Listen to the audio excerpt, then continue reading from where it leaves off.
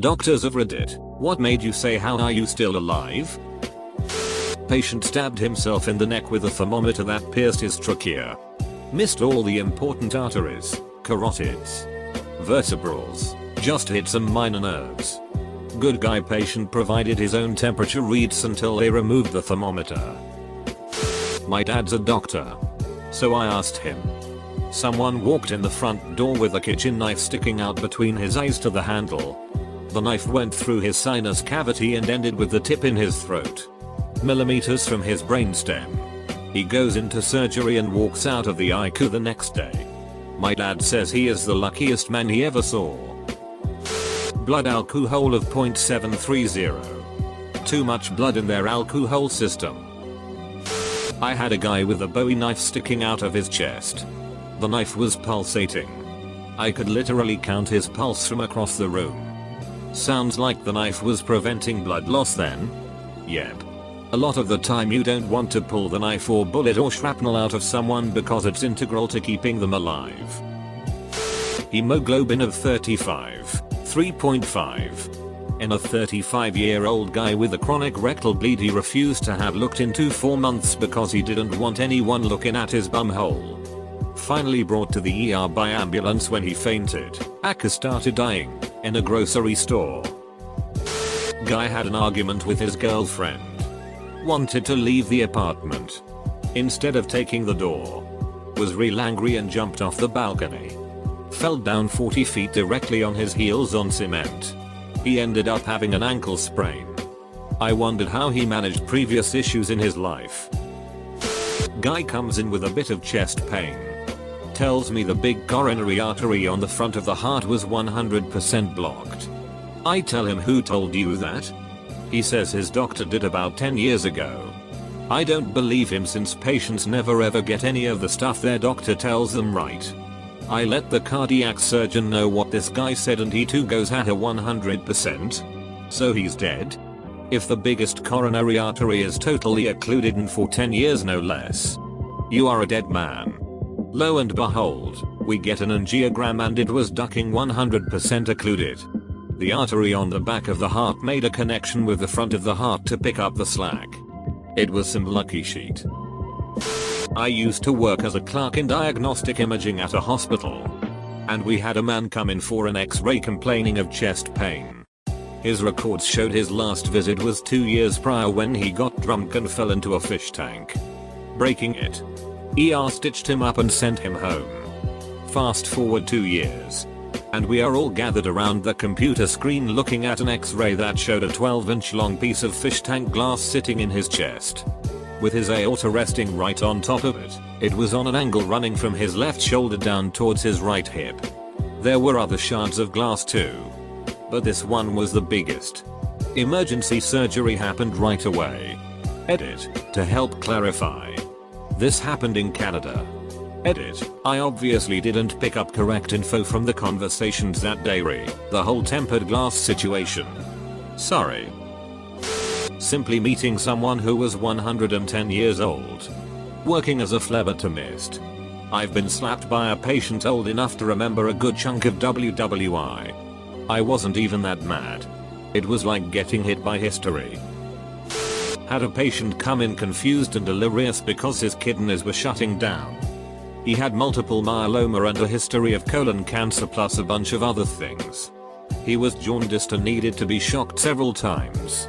The physicians, residents, and even the family thought he was going to die. The man insisted on full measures to keep him alive. He recovered in the span of 5 days. His kidneys improved. His delirium evaporated. And the man ducking walked out of the ICU. Then there was the guy who had to be castrated, but that's another story. About 20 years ago, I had a patient come in with obstruction of his colon by a large colon cancer. The cancer had spread to his liver. And CT scan showed the liver basically replaced by metastatic tumor. So he wouldn't die on intestinal obstruction. I won't go into detail. But trust me. It is a very unpleasant way to die, the patient, his family, and I decided to try placing an expandable metal stent through the tumor. It worked. His obstruction was relieved and he was able to go home to spend his last days with his family. 18 months later the patient came in for an office visit, for heartburn. He was even more jaundiced than when I first met him. But he felt basically well and was eating well. The stent was still functioning. I never saw him again and assume he finally succumbed to his disease. But he got at least 18 months of precious and really good time. Not a doctor, but been a paramedic 15 years. Had an 8-year-old kid on a ripstick, similar to a skateboard, lose control and roll into the path of an oncoming SUV in his neighborhood. He was hit by then run over by it. We arrived to find him face down under the vehicle. Unconscious. Barely breathing.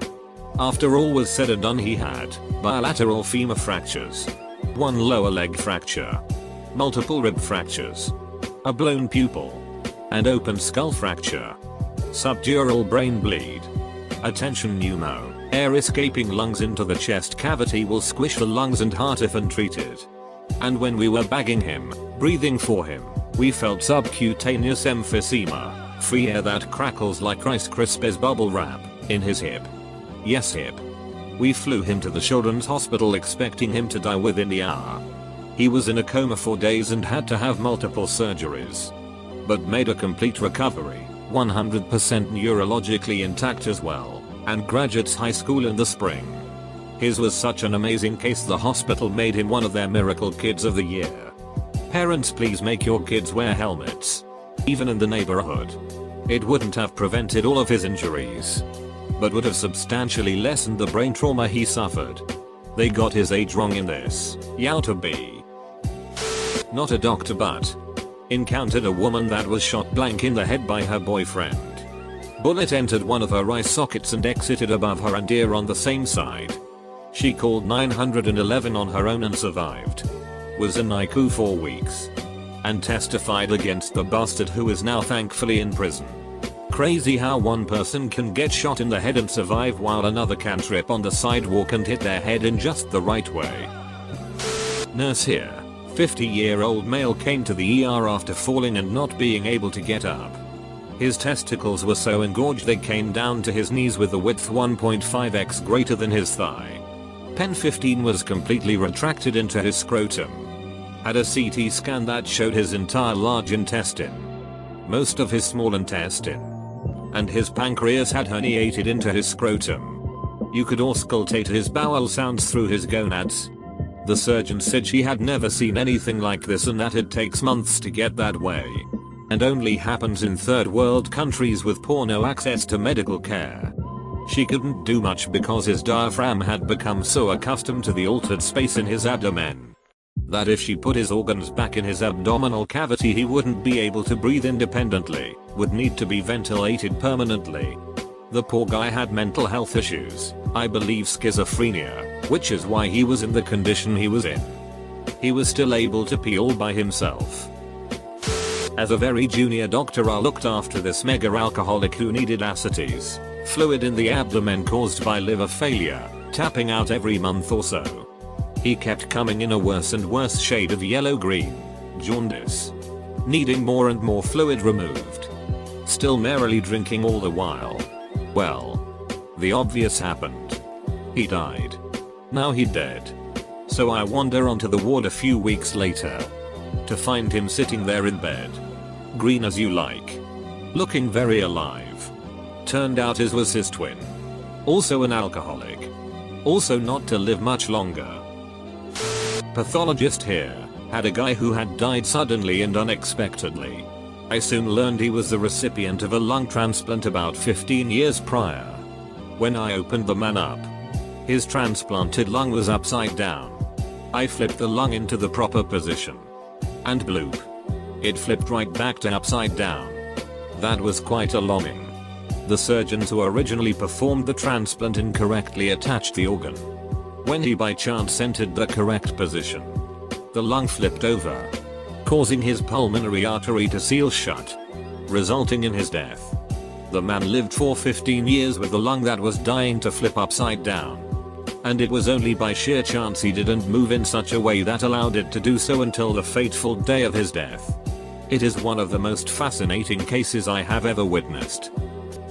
I have thought that after seeing some CT scans of lungs in severe COPD. It's like there is no normal lung tissue. Just huge air pockets. It is hard to see how they exchange oxygen and carbon dioxide at all. Currently nursing a 65-year-old woman with severe COPD. Ventolin. Corticosteroids and oxygen. Still smoking. Frightens the heck out of me. I threw my cigarettes away and hope my lungs can repair somewhat. A huge wake-up call. Also not a doctor. But my very elderly great-great-uncle just had a sextuple heart bypass. Had 4 prior heart attacks. How he was still functioning somewhat normally before his last heart attack I honestly don't know. Had a gentleman in his late 50s come in with multiple myeloma. Short history of progressively worsening breathlessness. Turned out he had a pulmonary embolism, blood clot in his lungs. He was a good candidate for surgery. So he had the blood clot removed, but unfortunately the clot had caused such bad issues with his heart, acute right heart failure, that he couldn't be weaned off the bypass machine. Instead, he went to ICU on ECMO, like a circuit for your heart and lungs outside the body to give your heart lungs time to rest. His chest was still open, cannulated centrally, but covered up with sterile stuff. After 3 days, he was booked to be weaned off the ECMO or at least have the tubes put in peripherally so his chest could be closed. Morning of the procedure while he's waiting to be moved. Somehow the tubing of the ECMO machine broke, oxygenator tube, and blood spilled all over the floor and he went into cardiac arrest. The cardiothoracics consultant had to do internal cardiac massage, basically CPR on the heart by squeezing it via his still open chest, until the circuit got fixed and he returned to a normal circulation. He ended up going to OT and having his chest closed, but he had more clots pulled out of his pulmonary arteries. Clots had recurred. At this point I thought this guy was utterly ducked. I figured if he even lived long enough to be woken up he'd have some degree of ischemic brain injury. After about 2 weeks the guy left ICU and a week later went to rehabilitation. Speaking, walking, cognitively largely intact. It was one of the most unbelievable things I've ever seen during my short career. Not a doctor, but a few years ago I was called into the hospital to go see my friend unexpectedly. Once there, the doctors told me my friend should be dead if not in a coma. What had happened was, that day my town had a beer fest on the main street. $20 all you could drink. We all partook, but I was sober at the time so I just enjoyed watching my friends get ripped. Fast forward to later that afternoon where all my friends had moved on to a friend's house but now hard alcohol was involved. I went home to by this point because I wasn't in the party mood. My good friend hit it hard though. He was gone. 3 sheets to the wind. Pissed off his ass. He ended up taking another friend's Marto scooter out for a joyride. Ended up wrecking it pretty damn hard onto his head. When I showed up at the hospital there were bloody rags everywhere. He was conscious and a big smile went across his sheet-faced mug when I walked in.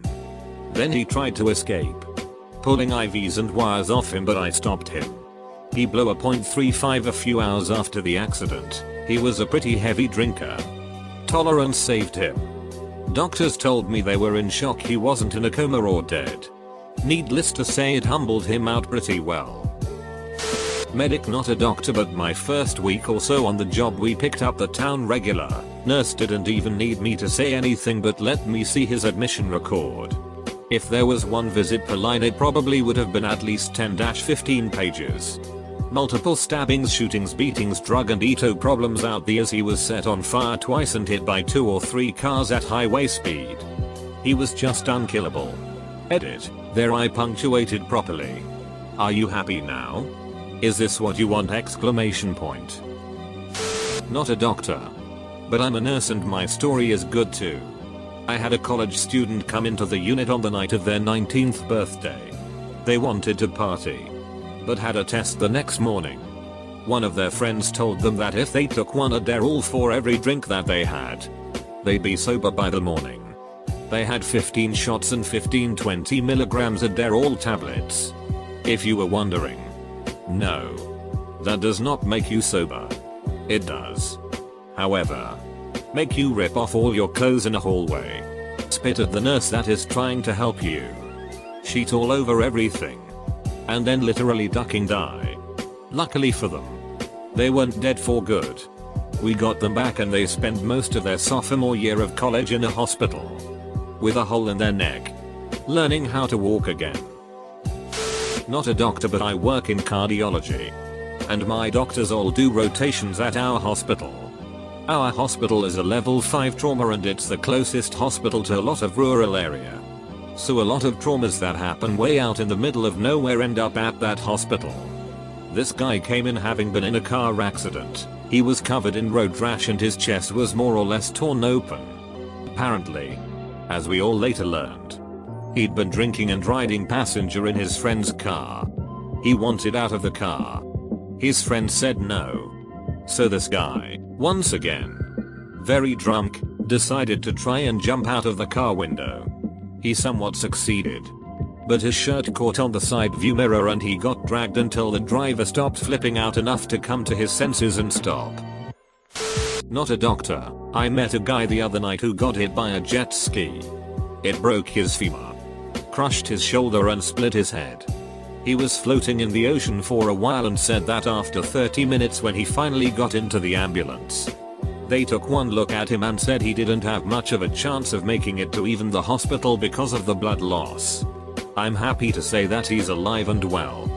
And after several surgeries is walking. I'm an ER nurse. Had a guy walk up to the front desk after hitting himself in the throat with a chainsaw. All the flesh of his neck was flayed open. I could see his trachea and his right jugular vein. If he had cut in just a tiny bit deeper, he would have sliced right into both. The only thing that saved him was that he was a big fat guy with a huge neck. A skinnier man would have died very unpleasantly. Saw a guy with a machete lodged up into his skull. Asked him if he was okay, not sarcastically. Just threw a generic question to check his ability to respond. He said yup. Not a doctor. My grandfather had a heart attack. He went in for a simple stent in his heart. Hours go by and we hear code blow over the intercom. Doctor comes out to tell us his left ventricle has an 1.5 inch tear in it. They had to transport him to another hospital ASAP. He died 3 times that night and went through 11 pints of blood. The surgeon successfully repaired the torn ventricle. They woke him up on my birthday and he sung me happy birthday. 3 weeks in cardiac IQ, my grandfather walked out. The surgeon told us for a man of 75 years to have lived through a left ventricle tear is unheard of. The doctor wrote a journal on him as well. He's still alive today. He even got his hip replaced a year after. Not a doctor or anything, but my grandmother has had 7 strokes. I couldn't help but laugh at the 7th one. She said, "AWW sheet. I'm having another stroke." She said this during a phone call abruptly. She's a very tough lady. She runs a garden and eats her in vegetables. Paramedic here. So many but 2 come to mind. Responded to a well-being check. Basically check on someone no one has heard from in a while. Get there and police advise the woman is dead and appeared to be so for a while. Middle of summer. Can smell her before getting close to house. Put on protective gear and air packs to move the body. She is rotting. Maggots and flies. Can see organs. We go to carefully move her into body bag and she opens her eyes and gasps. She was alive and rotting alive. We got her to the hospital alive and she lived for several days more. Second was a suicide. Shotgun to the face. He held it under chin but it slipped and he blew off front of face except one eye. He was awake and tried to talk but obviously couldn't. We ended up sedating and intubating but he lived and walked out of hospital after tons of reconstructive surgery. I was in school to be a paramedic and I was doing my externship in an ER. A guy came in happily complaining about a sore on his belly that wouldn't heal. He was really pleasant and didn't seem to be in much pain. When he lifted his shirt, we could see his liver. My story is from a guy in the town I used to live in. Guy was working with an acetylene torch and passed out, unsure what precipitated it. falling down on it while it was still operating. Burned a huge hole in his abdomen. Serious injuries. Had a patient who was stabbed multiple times. He was apparently leader of some gang and they thought he was conspiring against them. By the time we got him into the table he was cold. Lifeless. No pulse. Hours passed and we were sure he was gone. Shockingly, his dog jumped up on the table and he immediately gasped for air. Never seen anything like it. That snow was special. Paramedic. Not doctor. Had a patient who used a circular saw that snapped and a fragment broke off and penetrated the side of his neck. Scan at hospital showed it came ridiculously close to the main artery.